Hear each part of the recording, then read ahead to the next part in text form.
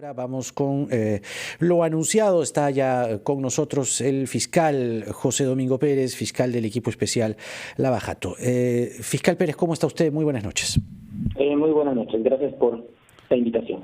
A ver, José Miguel Castro, que fue funcionario en la gestión Villarán, se ha acogido hoy a la colaboración eficaz. Según un oficio fiscal, el señor Castro, conocido en el argot Lava Jato como Budián, tiene información relacionada al caso Westfield, que vincula a Pedro Pablo Kuczynski y a Gerardo Sepúlveda, según se lee en el oficio. ¿Cuáles son las líneas maestras de esta colaboración, fiscal Pérez, que resulta que no está vinculada al caso de Susana Villarán, sino al de Pedro Pablo Kuczynski?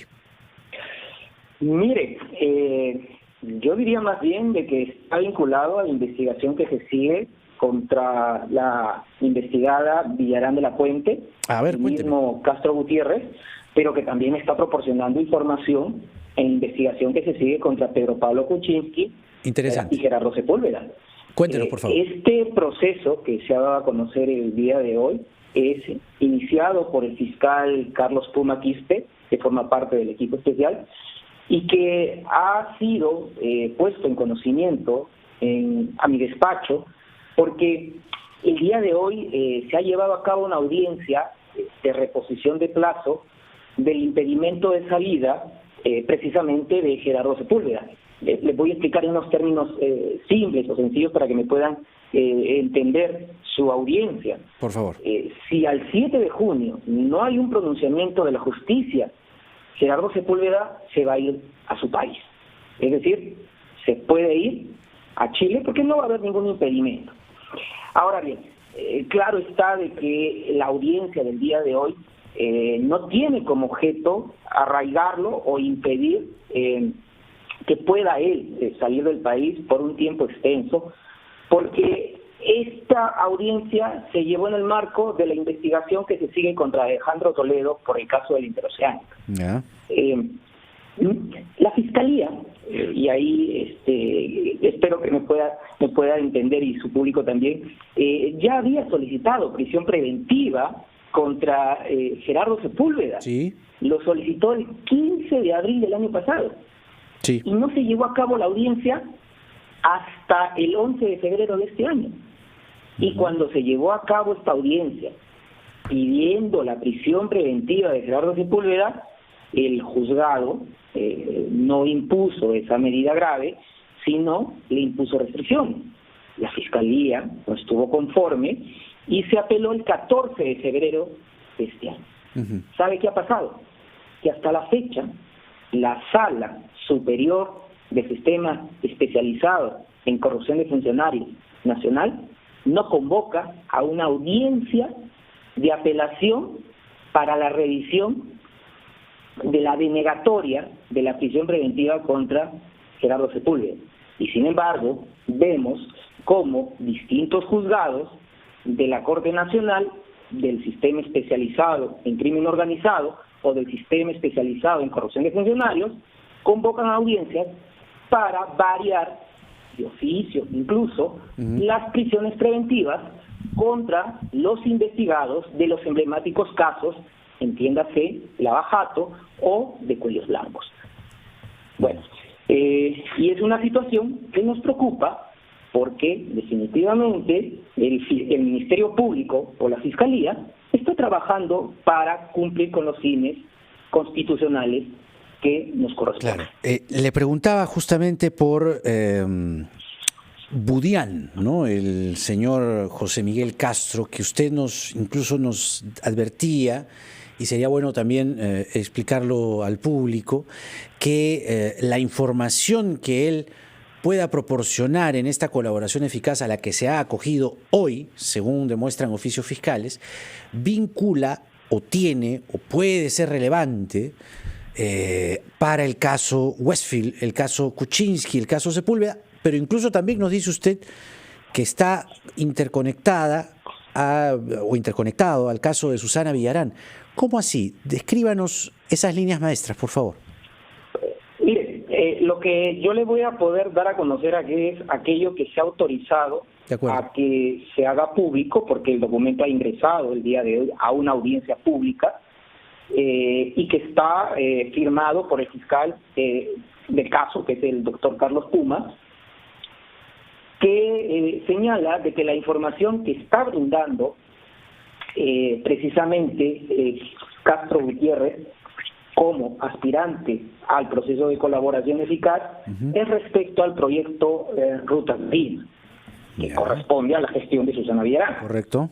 Y en él, lo que señala este documento, es de que tanto Castro Gutiérrez, acompañado de Gerardo Sepúlveda, solicitaron beneficios adicionales que implicó que la inversión pasara o subiera a un monto de $500 millones, de $500 millones a $700 millones, con lo cual se beneficiaba Odebrecht y a su vez se beneficiaba Gerardo Sepúlveda, Westfield Capital y Pedro Pablo Kuczynski, quienes iban a recibir una comisión porque hubo un incremento tarifario del peaje en 0.30 soles, y de estos 700 millones, Gerardo Sepúlveda, a través de Westfield, iba a recibir una comisión de 0.5%, es decir, de $3.5 millones, y que destinaron $700.000 pagados a Pedro Pablo Kuczynski bajo concepto desconocido. Esa es la información que se ha dado a conocer el día de hoy, que ha sido presentada en audiencia, y como repito, el señor Jaime Chincha, esperamos que la sala especializada en corrupción de funcionarios nacional convoque a la audiencia de evaluación de la prisión preventiva que fue denegada en primera instancia de Gerardo Sepúlveda, porque si no se convoca esta audiencia hasta el 7 de junio y el juez de primera instancia no nos da la medida de reposición de plazo que hemos solicitado, pues al 7 de junio o al 8 de junio ya se iría del país el señor Sepúlveda. Incluso... O sea, la próxima semana. La próxima semana. Usted bien lo ha dicho, y es por eso que el señor fiscal superior Rafael Vela, como coordinador del equipo especial y fiscal de segunda instancia, reiteradamente, y esto lo tengo que decir con autorización de él, ha solicitado que la sala penal de apelaciones especializada nacional en corrupción de funcionarios convoque a la audiencia, porque quiero que me entienda su público, estamos llevando a cabo audiencias para escarcelar a personas de un alto perfil involucrados en graves hechos de corrupción o lavado de activos, en crimen organizado, pero sin embargo, una audiencia que se tiene que definir respecto a la situación jurídica de esta persona no merece ni siquiera un pronunciamiento de parte de la sala correspondiente. Bueno, resulta, de acuerdo a la descripción que usted nos está ofreciendo de información proporcionada por José Miguel Castro, conocido como Budián, muy grave lo que habría pasado aquí. Permítanos, fiscal, ir a una brevísima pausa y le voy a pedir que nos espere 2 minutos porque sin duda podríamos diagramar un poco más esta situación, porque estamos hablando de Gerardo Sepúlveda, estamos hablando de José Miguel Castro y estamos hablando de la empresa del señor Pedro Pablo Kuczynski, aparentemente, de acuerdo a estas líneas maestras, beneficiada con una sobrevaloración de la inversión de Rutas de Lima, es decir, Odebrecht en su momento, cargándole peajes más costosos a la gente en lo que a todas luces se percibe como un festín de la corrupción. Vamos a una pausa y regresamos con el fiscal José Domingo Pérez aquí en La Rotativa del Aire. RPP, La Voz del Perú, soy Jaime Chincha y los acompaño en el día 80 de la emergencia por el coronavirus. Estamos conversando con el fiscal del equipo especial, el doctor José Domingo Pérez, a propósito de una colaboración eficaz que está entregando a la Fiscalía José Miguel Castro, exfuncionario en la gestión Villarán, conocido en el argot lavajato como Budián, que, tal como nos está contando el fiscal Pérez, pues resulta creo yo, fiscal, inédita. Es decir, no se tenía esta triangulación tan clara, por lo menos, ¿no? Se sabía de Westfield, se sabía de las asesorías que tenía, pero no con este nivel de precisión de una sobrevaloración en los peajes de rutas de Lima, hasta 700 millones de dólares, desde Westfield, ¿verdad? Ahora, mi pregunta es, ¿cuánto conocimiento pudo haber tenido de esta operación el señor Kuczynski? Yo creo que se va definiendo con el desarrollo de las investigaciones cuáles han sido los papeles o los roles que han tenido distintos funcionarios y particulares en toda esta trama de corrupción y lavado de activos. Ya se ha definido cuál ha sido el papel, o se viene definiendo cuál ha sido el papel, por ejemplo, de la empresa Construmac en otras investigaciones. Y al parecer, y lo digo así, en condicional, tendríamos que Westfield Capital, representado por Gerardo Sepúlveda, cuyo beneficiario final era Pedro Pablo Kuczynski, intervenía en esta modalidad de estructuración financiera en aquellas obras en las cuales participaba Odebrecht para, precisamente, como usted bien lo ha indicado, hacer una sobrevaloración o una sobreestimación del valor final de la obra y obtener unos beneficios indebidos que a través de toda una triangulación financiera finalmente llegaba dividendos a la persona de Kuczynski Godard. Es por eso es la preocupación, ¿no? No hay que olvidar que Gerardo Sepúlveda, cuando se iba a vencer el primer plazo del impedimento de salida de los 2 meses, el 27 de abril, contrató un avión privado que estuvo en el aeropuerto Jorge Chávez.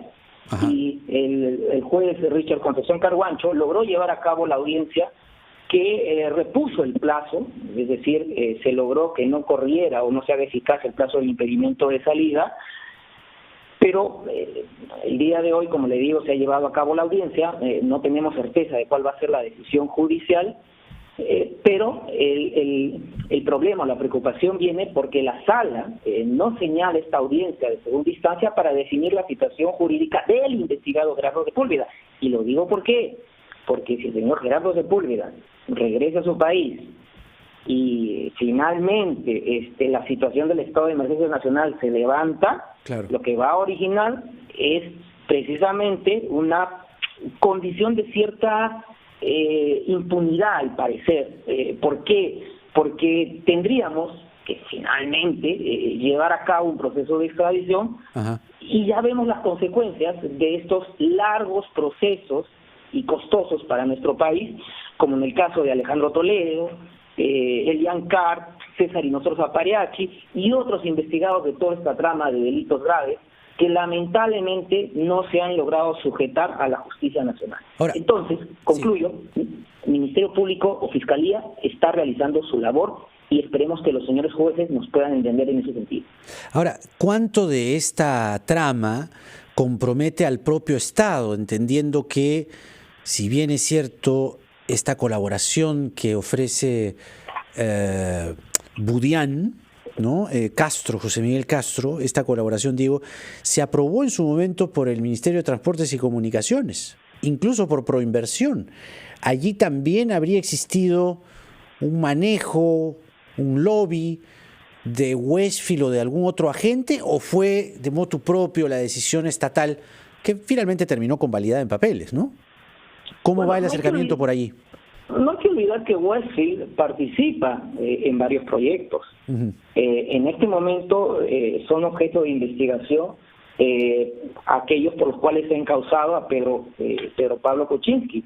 Y esta información que da Castro Gutiérrez nos da otra línea que no conocíamos en este momento, que es el proyecto Rutas de Lima, claro, que está siendo investigado por el fiscal Carlos Puma, y que eso va a ayudar a conocer o tener un grado mayor de certeza de cuál ha sido en realidad la participación de Westfield Capital. Porque no olvide, y eso quiero a veces un poco graficarlo, que en el edificio de Odebrecht, en la ciudad de Lima, en los años dorados de esta empresa corrupta, en uno de sus pisos o en una de sus oficinas funcionaba Westfield. Uh-huh.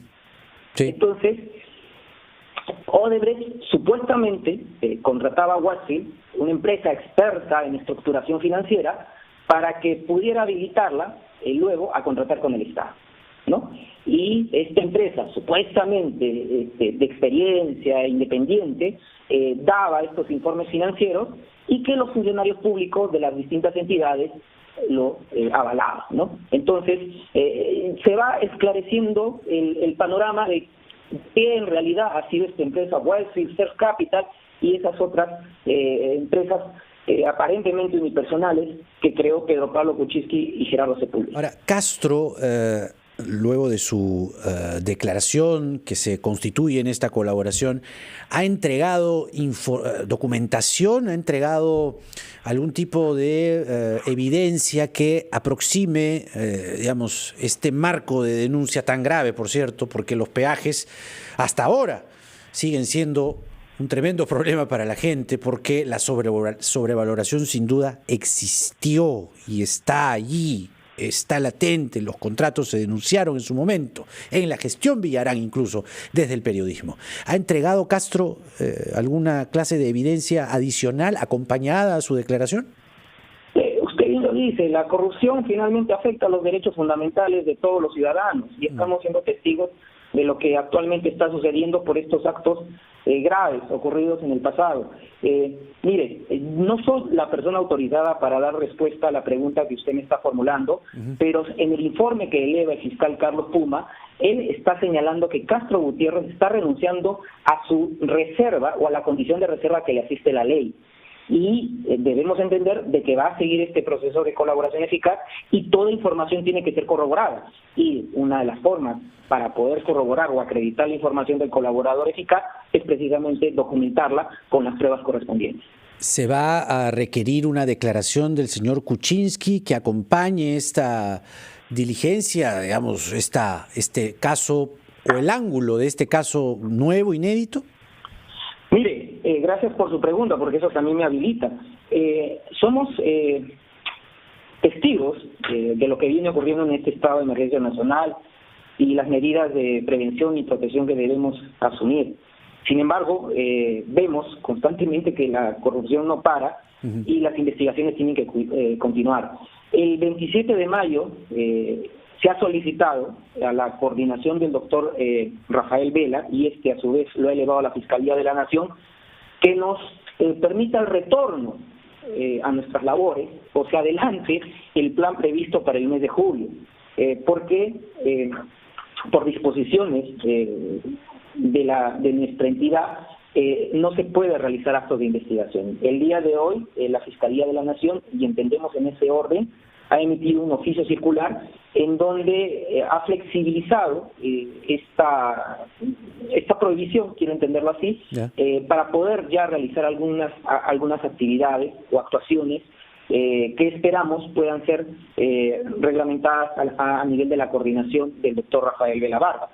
A su pregunta, disculpe lo extenso que he sido en esta introducción. Definitivamente, tenemos que asegurar los diversos actos de investigación que va a implicar la declaración de Pedro Pablo Kuczynski, la declaración de Castro Gutiérrez, y esperemos, disculpe la insistencia, que el Poder Judicial señale la audiencia en segunda instancia de Gerardo Sepúlveda. Es decir, le van a imponer una prisión preventiva a Gerardo Sepúlveda o alguna otra medida menos gravosa. ¿Usted está pidiendo prisión preventiva para el señor Sepúlveda en estricto o puede ser un arresto domiciliario? ¿Cuál es la medida restrictiva que está pidiendo usted para Sepúlveda a la luz de este nuevo ángulo en la investigación Rutas de Lima? Mire, nosotros habíamos, como Fiscalía habíamos solicitado la prisión preventiva el año pasado. No en el contexto del estado de emergencia nacional ni la pandemia. El juzgado lo rechazó, pero no estableció ninguna restricción mayor y por lo tanto Gerardo Sepúlveda al 8 de junio se puede ir del país, si es que no se amplía el impedimento de salida. Al 8 de junio se puede ir del país. Por lo tanto, si al 8 de junio la sala especializada en corrupción de funcionarios nacional no da una medida que lo asegure en territorio peruano, bueno, la situación va a ser similar a lo que viene ocurriendo con Alejandro Toledo o César Inostroza Pariachi, que no están en el país y se tienen que activar mecanismos de extradición largos y costosos para nuestro país para poder procesarlos. Hablando de casos largos y costosos, todo el año 2019 ha sido sin duda un año cargado de diligencias, de revelaciones, de destapes, un trabajo muy prolijo, muy dedicado y bastante estresante, a veces cuesta arriba del equipo especial que usted integra. Y hoy, aparentemente, con la pandemia, varios están requiriendo pues salir con esto del COVID, ¿no? Vamos a ir a la pausa, fiscal Pérez, para que entremos en ese otro tema que sin duda también nos interesa. Usted esta semana ha levantado la voz respecto a los casos que ustedes han venido trabajando y que hoy pueden, digamos, entorpecerse, por decirlo menos. Antes la pausa y regresamos.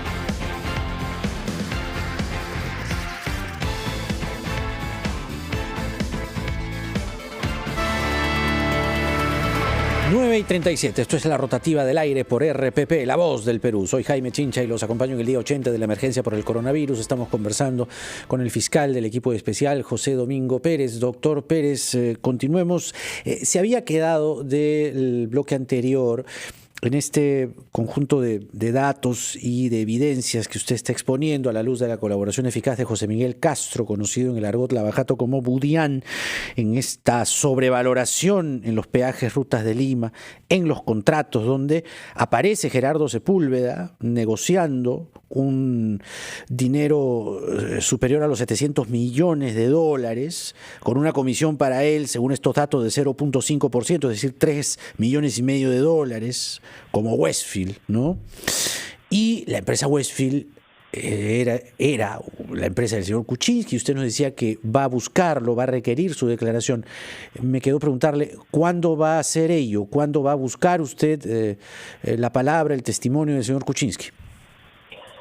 Como le había adelantado, estamos a la expectativa de que la coordinación del equipo especial pueda establecer los protocolos de actuación, atendiendo de que la Fiscalía de la Nación ha permitido o ha flexibilizado la prohibición de poder realizar actos de investigación. Y nos decía que va a adelantar su, cierta flexibilidad para su trabajo.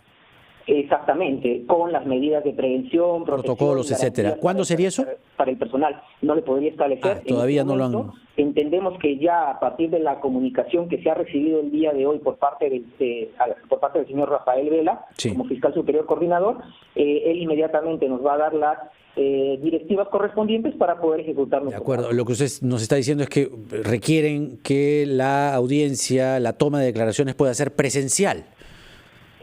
Mire, lo que pasa es que estas investigaciones son complejas y estamos hablando de una pluralidad de investigados y temas técnicos abundantes. Es decir, no estamos viendo acá de cuestiones menores, aun cuando son importantes, estamos acá hablando de cuestiones complejas, de una gran complejidad, claro, que ameritan el estudio, el análisis de documentos, de pericias, y que obligan a un trabajo diferenciado al resto de las fiscalías claro, que hay en el Ministerio Público, ¿no? Es por eso que este estado de emergencia, a quienes ha afectado en la producción de su desempeño laboral, ha sido precisamente al equipo especial. Claro. Ahora, le decía antes de la pausa, como materia de este bloque, conversar sobre los casos. El año 2019 fue un caso, un año icónico en cuanto a el caso Lavajato, por todo lo que pasó, por los destapes que se conocieron públicamente. Y yo le quería preguntar ahora, con esta pandemia, ¿cuánto se está perjudicando o cuánto se podría estar perjudicando el proceso en su conjunto? Usted ha levantado la voz y ha reclamado que hay una, no sé si definirlo como contramarcha de este caso tan voluminoso y tan complejo como usted bien dice. Mire, no creo que soy el único, sino que también las fiscales que están encargadas de las investigaciones del caso Cuellos Blancos, o así denominados, también han levantado su voz de protesta. Claro. Porque lo que estamos viendo es de que se presentan a los medios y a las palestras académicas abogados como líderes de opinión pero que en realidad son defensores de los investigados o procesados de estos casos, y que lamentablemente están uniformizando un discurso en favor del deshacinamiento de los penales, pero lo que están encubriendo es que quienes están saliendo del penal no son los procesados por delitos menores, y que ciertamente es la población vulnerable, sino están saliendo investigados por graves casos de corrupción o lavado de activos, y se impone un mensaje de que solamente deben permanecer en los penales quienes han cometido delitos violentos o de peligrosidad para la sociedad. Y con eso se busca que la sociedad o la ciudadanía no se indigne porque de repente están saliendo estos investigados por corrupción estatal, y lo que es más lamentable, en el mundo en el cual me desenvuelvo, magistrados, jueces y fiscales procesados por delitos de tráfico de influencias, corrupción, en el denominado caso Cuellos Blancos. Claro. Entonces, eso es lo que... ¿Cuáles son los casos que más le preocupan? ¿Cuáles son los casos, digamos, a la luz de toda esta cronología? Porque hay casos y casos, ¿no? Digamos, pienso en, no sé, Susana Villarán, que podría haber estado expuesta, o ese caso a usted también le parece, digamos, que puede revertir todo lo avanzado. Mire, yo no voy a entrar ya entiendo su interés periodístico, no voy a entrar ya a hacer el análisis, porque ya el Poder Judicial ha tomado esta decisión. Pero los que están por venir... El público, no, ya prácticamente ya todos han salido. Creo que habrá un porcentaje menor o mínimo de investigados en los casos Lavajato y Cuello Blanco, aún permanecen, pero es que hay que informar a la sociedad. Sí. Prácticamente todos han salido. Y sigue habiendo el problema de hacinamiento en los penales, porque la población vulnerable sigue ahí, porque no tiene abogados reconocidos que van a los medios de comunicación y hacen una defensa supuestamente de la población penitenciaria, pero lo que han logrado es que simplemente salgan sus clientes. E incluso quería llamar la atención que también son convocados por el Congreso de la República. El día de mañana están convocados a la Comisión de Constitución 2 abogados defensores precisamente de estos casos. ¿Quiénes? De corrupción de funcionarios y lavado de activos, que son casos graves, para la Comisión de Constitución y Reglamento, como expositores del proceso de habeas corpus. Entonces, llama un poco la atención, ¿no?, que los líderes de opinión terminen siendo los abogados de personas que están siendo procesadas por delitos graves, ¿no?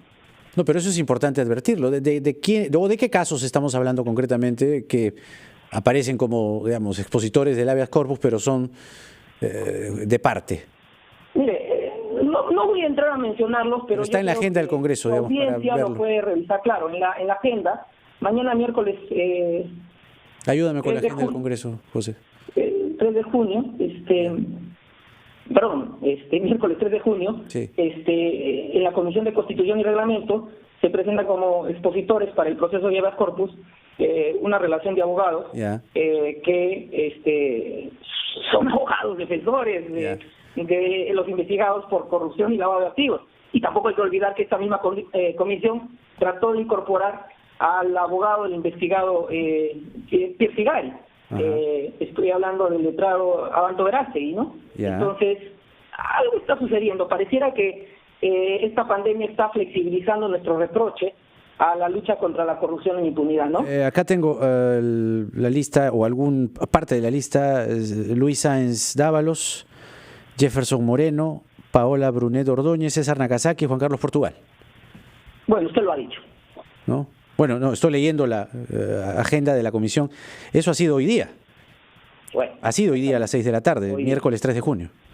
Exactamente, ¿no? Entonces, bueno, pues sí parte, dice usted. Es legítimo, ¿no? Entiendo que no hay ninguna prohibición, pero bueno, vamos viendo, ¿no?, que esta Comisión de Constitución está convocando a quienes defienden en los tribunales a los investigados por graves casos de corrupción y lavado de activos.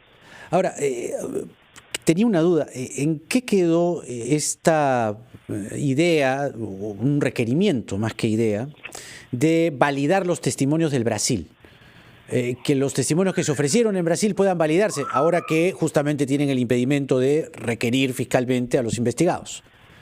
Bueno, entendemos que todavía está en evaluación en el despacho de la Fiscalía de la Nación, que ha sido una iniciativa del equipo especial que lidera el doctor Rafael Vela.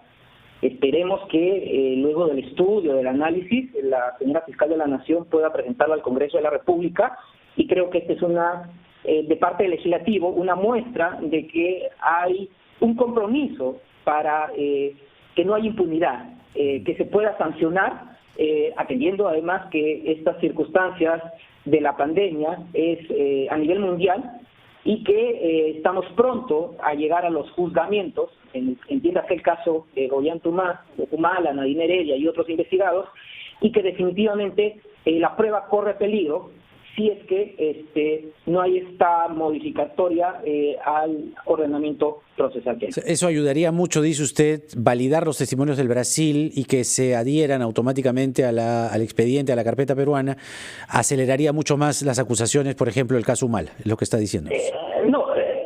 Bueno, en sus términos, si usted me entiende, sí. Lo que quiero decirles es de que hay acusaciones, porque ese es el falso discurso que han vendido los abogados, que se presentan como libres. Perdón, quise decir proceso judicial. Ya, la acusación del caso Ollanta Humala ya está planteada. Sí. Entonces, iremos a juicio. Fue una dislexia, quería hablar de juicio. Inmediatamente se levanta el estado de emergencia. O sea, iremos a juicio con el doctor Germán Juárez. Claro. Por eso hay, por parte de los abogados de la familia Humala Heredia, todo un activismo para tachar el proyecto de ley que en proyecto el doctor Rafael Vela presentó a la señora fiscal de la Nación, ¿no? Ajá. O sea, estamos a puerta del juicio. El caso de Metro de Lima, estamos a puertas del juicio. El estado de emergencia ha afectado la lucha contra la corrupción, lamentablemente, y por eso estamos pidiendo que el Poder Judicial asuma un cierto compromiso, y además de convocar estas audiencias en las cuales se está excarcelando a estos investigados de alto perfil, también pueda llevar a cabo las audiencias que le está pidiendo el equipo especial. Muy bien, fiscal José Domingo Pérez, muchas gracias por esta entrevista, ha sido un gusto, y estaremos al tanto de las pesquisas y sobre todo de esta flexibilización que nos ha anunciado esta noche podría darse para que, bien dice usted, pueda reiniciar el trabajo del equipo especial y ya, digamos, iniciar la fase de juicios orales, que es lo más importante, y en el grueso de los casos ya entrar a otras etapas. Que tenga usted muy buenas noches. Sí, por favor. Sí, incluso se ha hecho reconocimiento público que la Fiscalía General de Colombia está solicitando la colaboración de la Fiscalía peruana, y ya ha habido una actuación conjunta por parte del Fiscal Superior Coordinador, con las autoridades colombianas, con la participación de la señora fiscal de la Nación, lo cual demuestra de que a nivel exterior es bien visto y rescatado el trabajo que viene realizando el equipo especial del Perú. O sea, quieren recoger el trabajo que ustedes vienen haciendo, han hecho y seguirán haciendo, para ellos adaptar ese modelo de investigación, es lo que nos está diciendo. A sus normas, exactamente. Muy bien, muchas gracias por eso. Gracias por la entrevista, fiscal José Domingo Pérez. Hasta una próxima oportunidad. Que esté usted muy bien. Bueno, y